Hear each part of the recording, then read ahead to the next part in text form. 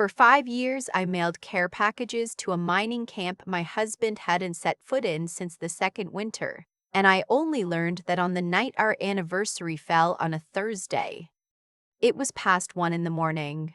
I'd stayed late at the office on King Street, finishing a deck for a client who'd pushed 3 deadlines and then asked, sweetly, if we could review it first thing. The building was nearly empty, just the cleaning crew and the hum of the HVAC. I remember the elevator smelled like floor polish and cold coffee. When the door slid open on the 12th floor, a man stepped in wearing a parka still beaded with melting snow, and it took me a full second to place him.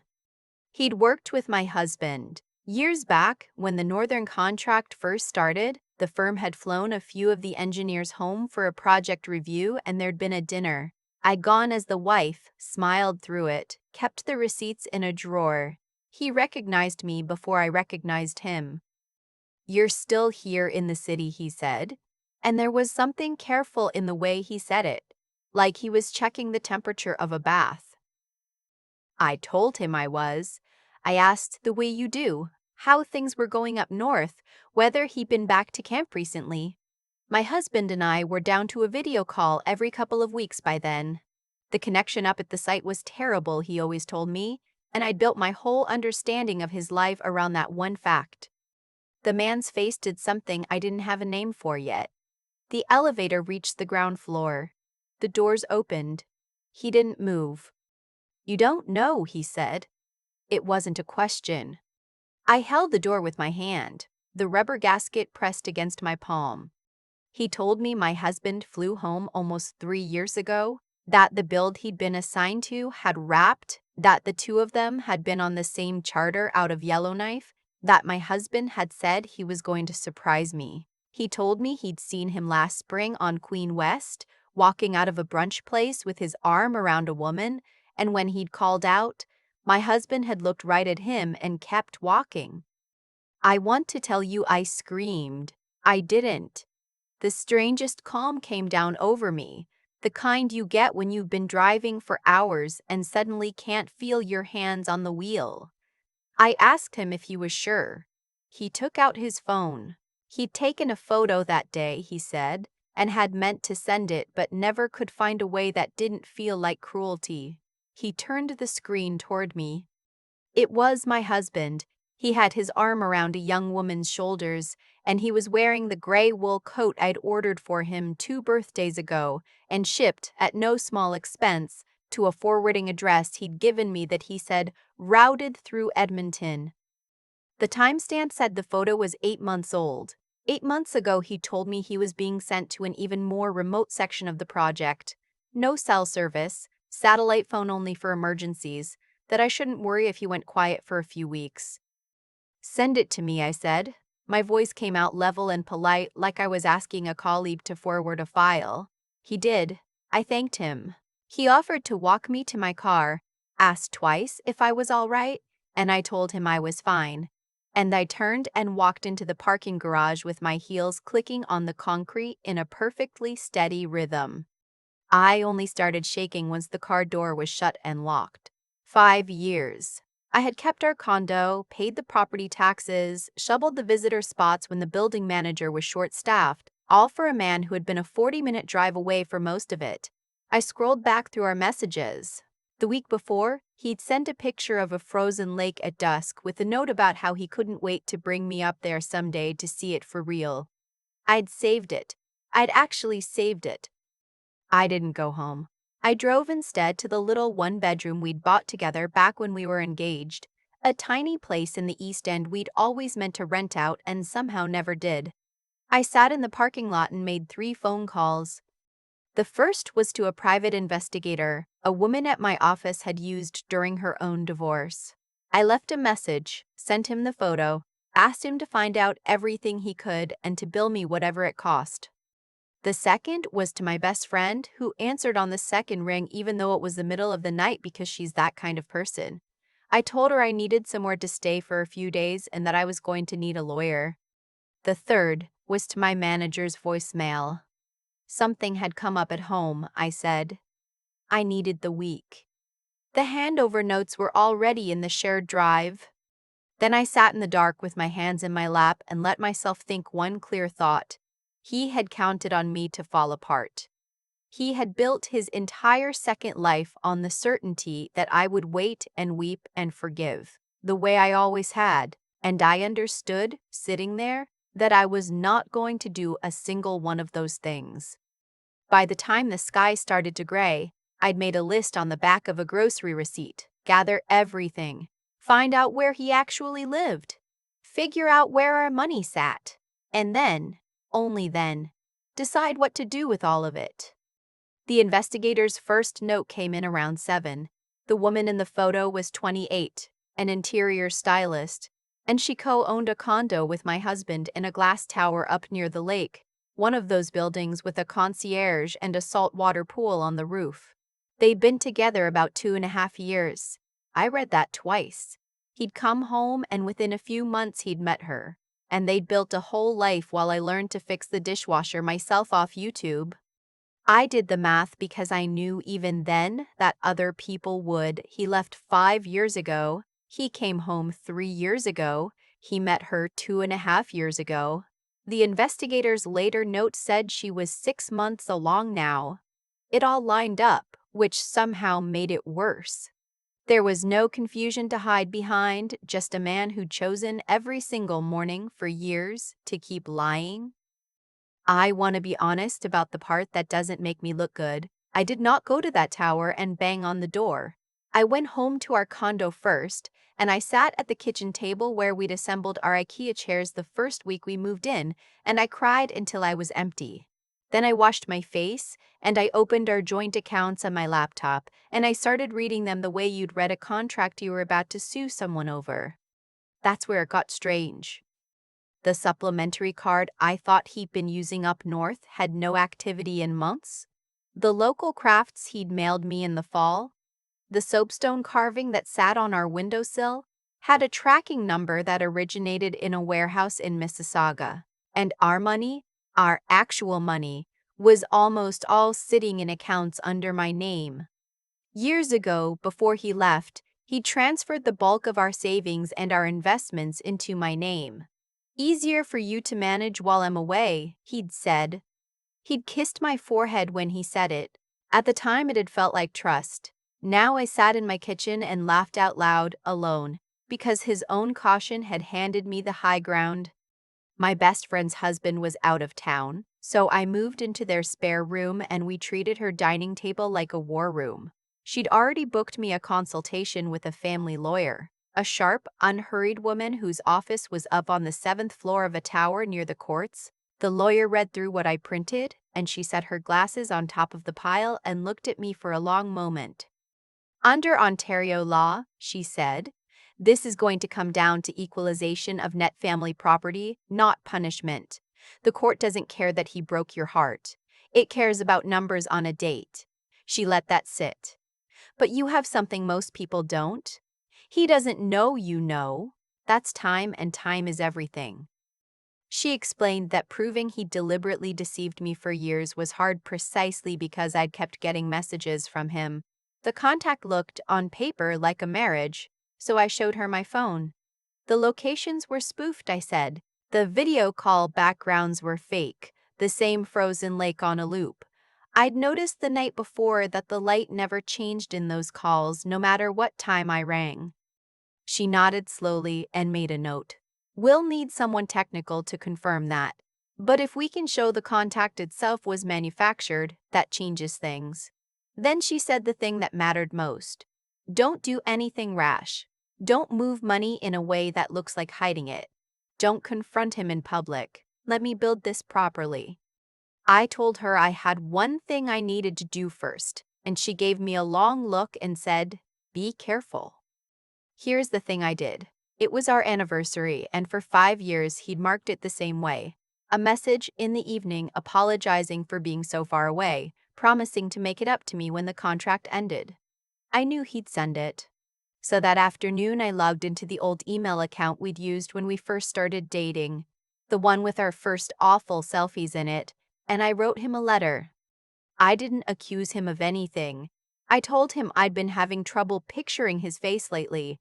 I told him I'd run into someone from the firm who'd looked at a photo of him and said he seemed different than they remembered. I asked him, gently, almost shyly, if the next time we talked he might show me the room he was living in. I wanted to feel like part of his life, I wrote, even through a screen. I signed it the way I used to sign letters when we were 24. It was wistful and a little anxious and entirely a trap. Enough to make a guilty man nervous, not enough to make him run.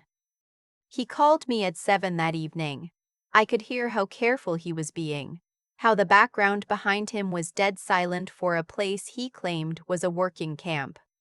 I made my voice tired. I said my mind had been playing tricks on me. I asked if we could video call, said I missed his face.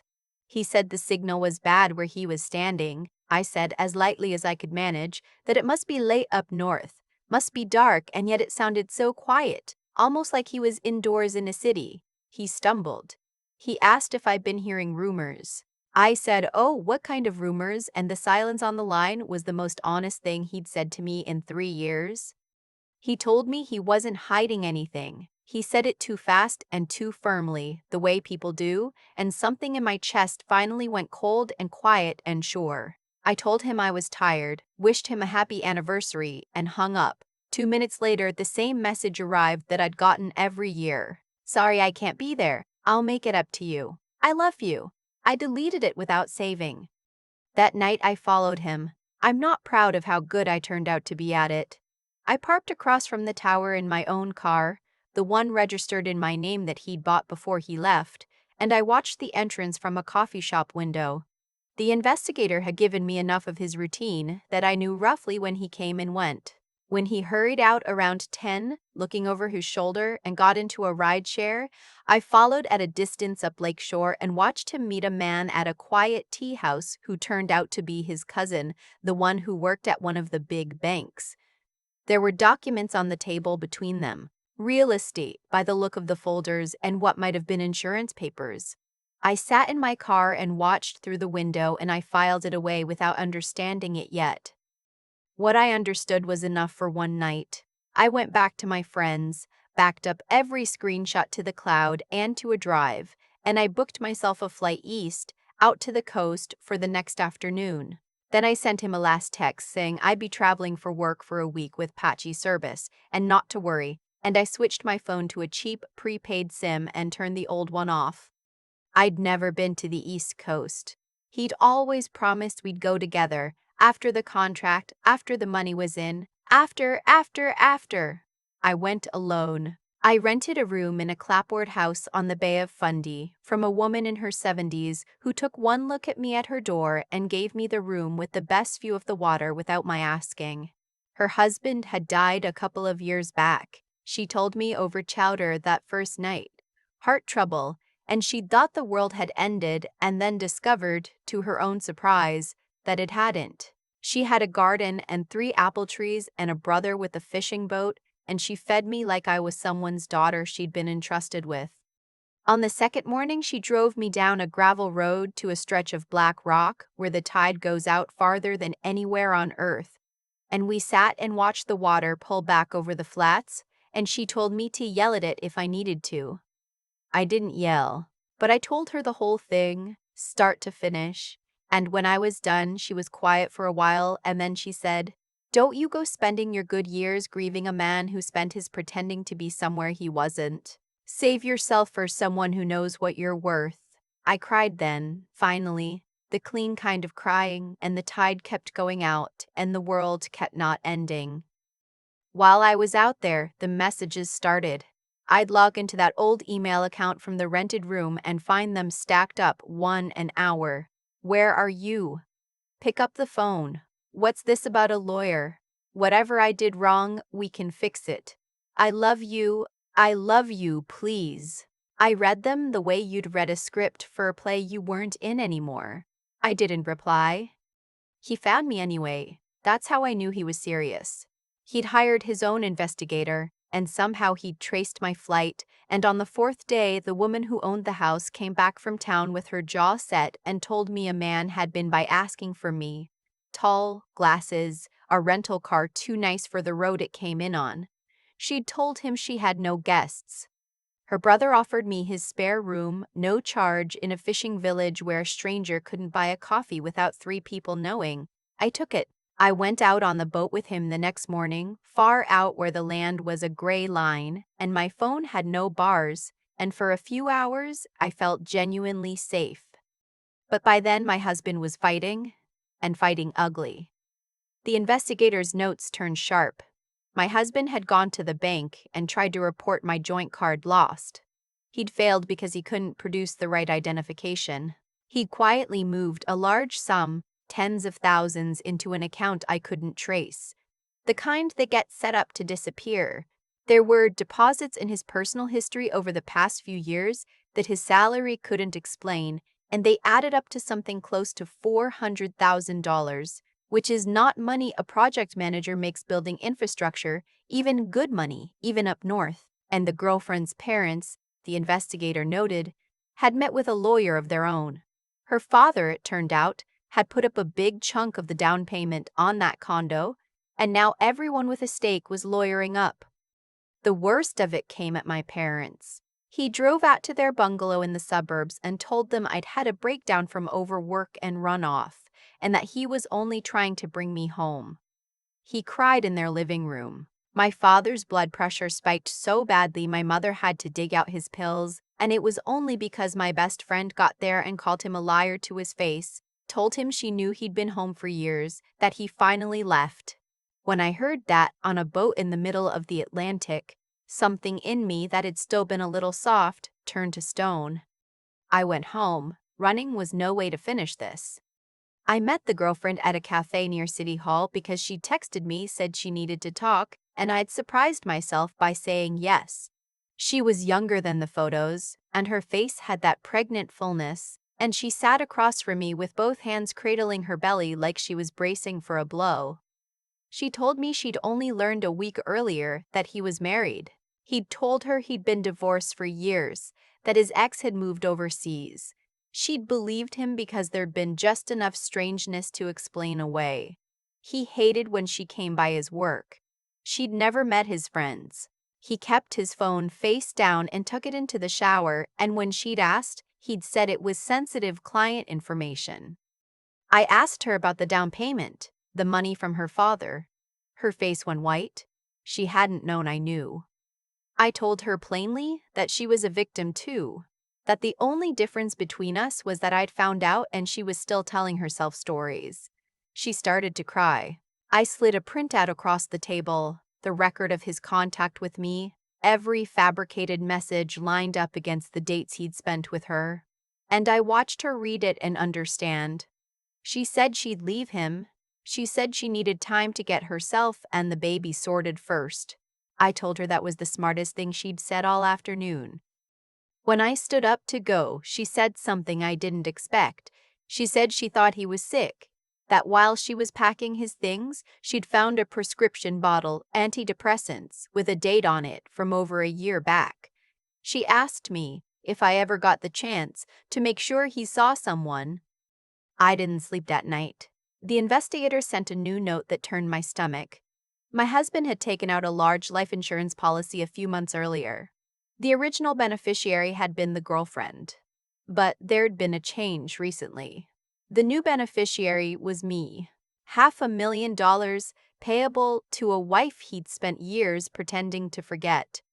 I'm not proud that my first feeling was suspicion, but then I remembered his cousin at the tea house, the insurance folders, the look on his face on the phone, the apologies that had sounded less like guilt and more like goodbyes. And I remembered the prescription bottle.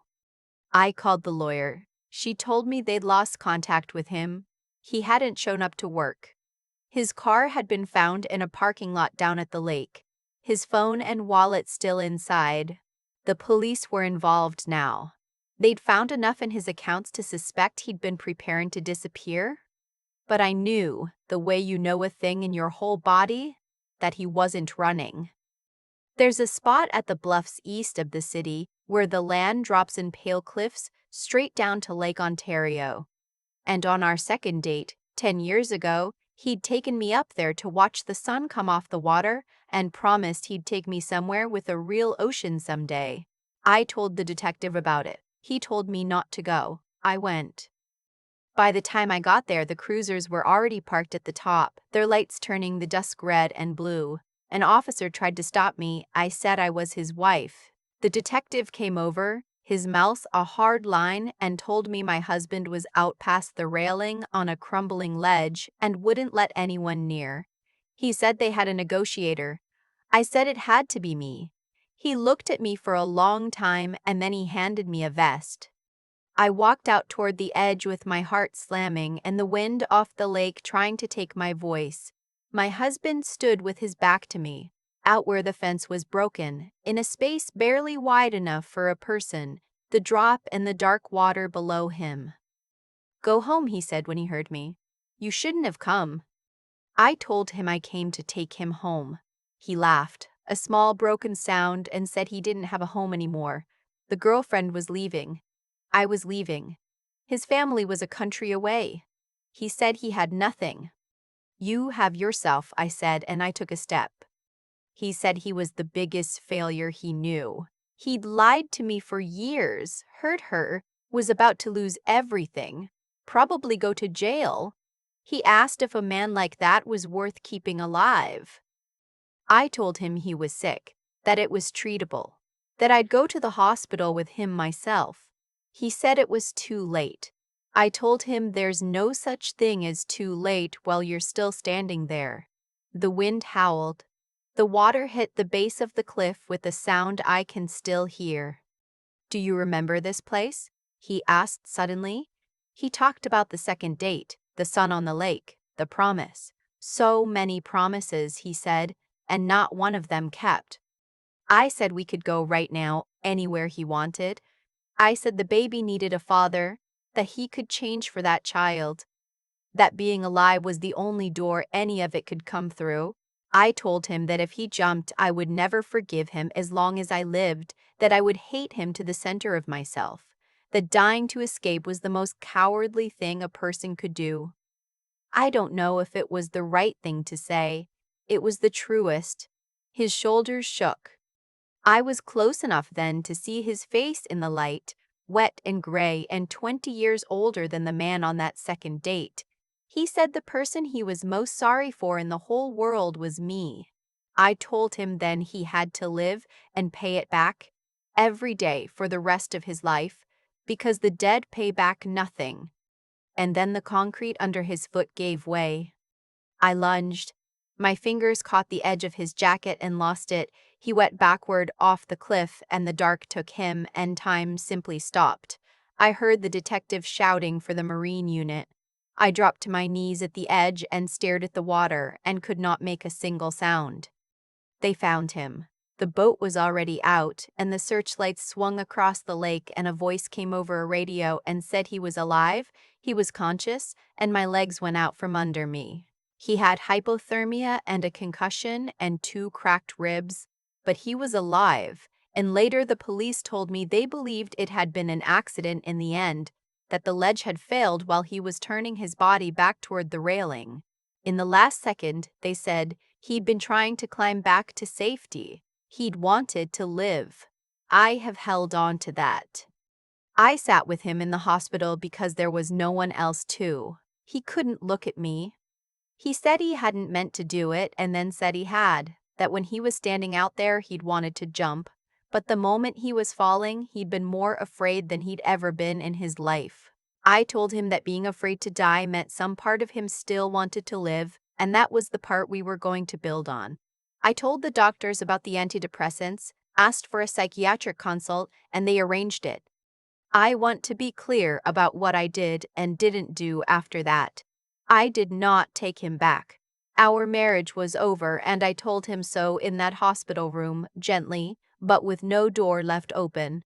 I told him I'd help him find doctors and sort out the immediate mess, and that was the end of what I owed him. He said he understood. I think for once he actually did. The legal part finished in the autumn. I stood outside the courthouse on a gray afternoon with the judgment in my hand. The divorce was granted, The property equalized strongly in my favor once the court saw how he'd tried to hide assets, and the car, of course, stayed mine. The $400,000 turned out to have come from money he'd been quietly skimming from his employer over the years, which is a separate kind of trouble than family court and which caught up with him in its own time. He pleaded out. He got a suspended sentence and probation and an order to keep up his treatment, the court taking his diagnosis into account, and he did not appeal. The girlfriend had her baby a few weeks before that, a boy, and she gave him her own last name. She left the city and moved back to where she'd grown up, somewhere small, a fresh start, and she let my husband see the child, but built her life entirely apart from him. The last I heard, she was doing well. I hope she stays that way. I did one thing that my best friend couldn't understand. There'd been a bank card my husband left behind with a balance on it, money that I felt belonged to neither of us, and I used it to open a registered education savings plan in the baby's name and had a lawyer handle the paperwork. My friend asked me why on earth I'd do that for the child of the woman who'd shared my husband's bed. I told her the truth, which was that the child hadn't shared anything, hadn't chosen anything, and that it was my own way of putting a period at the end of a sentence I'd been writing for 10 years. Then I left. I took the train east first, back to the woman on the Bay of Fundy, and stayed 2 weeks eating apples off her trees and sleeping past 9 for the first time in my adult life. Then I kept going, the long way, the way I'd never let myself go, because I'd always been waiting for someone who'd promised to take me. I went out to the Rockies and stood on a mountain in the cold until my hands went numb. I met women on trains and in guest houses and over bad coffee, and I listened to their stories, and I told them some of mine, and somewhere in there I started writing it all down. I came back to the city in the spring and found an apartment of my own with a view of the lake, small and full of light, and I filled it with things I actually liked instead of things we'd registered for. I started a blog about the trip that turned, without my planning it, into something about the women I'd met, the ones who'd come out the other side of their own quiet disasters, and a publisher emailed me about it last month. I haven't decided yet. I'm in no hurry. That's the part that still surprises me, that I'm allowed to not be in a hurry. My phone buzzed the other night while I was out on my balcony with a glass of wine and the lake going gold under the sunset. It was a photo from my best friend, the boy at a birthday party, chubby and bright-eyed, looking mostly like his mother with just a trace of someone I used to love around the mouth. His mother said thank you for the fund, the message read, and that when he's older she'd like to meet me properly, to thank me to my face. I wrote back that I'd like that when the time was right. I put the phone down and looked out at the water for a long while. 10 years I'd given to a story that wasn't true, and 5 of them to an empty home, and I'd survived all of it, and the surviving had cost me less than the waiting ever did. I raised my glass to the lake, to the woman on the Fundy shore, to the version of me who'd stood in that elevator and not fallen apart, and I said it quietly, just to myself, that from here on I was going to live the way the tide does, all the way out and all the way back, for no one's sake but my own. The thing I keep coming back to on quiet evenings out on that balcony over the lake is how every single piece of what happened grew straight out of a choice somebody made. My husband chose to come home and say nothing, and that one silence became 3 years of forwarding addresses and looped video calls and a soapstone carving mailed from Mississauga. Lies don't stay small. They compound, the way interest does, until one day a man is standing on a crumbling ledge owing more than he can ever repay. I didn't cause that. He did, one ordinary morning at a time. Every day he chose the easier lie over the harder truth. What saved me wasn't luck. When Theo said those words in the elevator, I had a choice too, and the choice I made was to keep my head. I didn't scream or beg or drive to that glass tower and pound on the door. I called a private investigator. I called a lawyer. I read our accounts like a contract I was about to fight over. I think a lot of people believe being a good person means being soft, means waiting and forgiving and hoping. I don't believe that anymore. The kindest thing I did all year, opening that education fund for a baby who never chose any of this, came from the same clear place as the coldest thing I did, refusing to take him back in that hospital room. Goodness without a spine is just a thing other people use. And the part nobody tells you, the part Marguerite tried to tell me on that black rock shore with the tide pulling out, is that the strength to walk away has to be built before you need it. I built mine without meaning to, across 5 lonely years of fixing the dishwasher myself and learning to handle every problem alone. He thought he'd left behind a woman who'd fall apart. He'd actually spent 5 years forging the exact person who could take him to court and not flinch. If you take one thing from what I lived through, let it be this. Watch what people do, not what they promise. And when the doing and the saying stop matching, believe the doing. Keep your judgment sharp even when your heart is breaking, because clear thinking is what stands between you and the people who count on you crumbling. And do the work of becoming someone who can survive the worst day before it arrives, so that when it comes, and for most of us it comes, you are not starting from nothing. I don't hate him anymore. Hate takes more from you than it ever takes from them. But I don't pity myself either, and I'm proud of that. Sabina asked me once if I'd ever really let it go, and I told her the truth, that it doesn't hurt now, it's just a scar I don't pick at. The tide goes all the way out and all the way back, and the rocks are still there in the morning. So am I. So, I promise you, are you.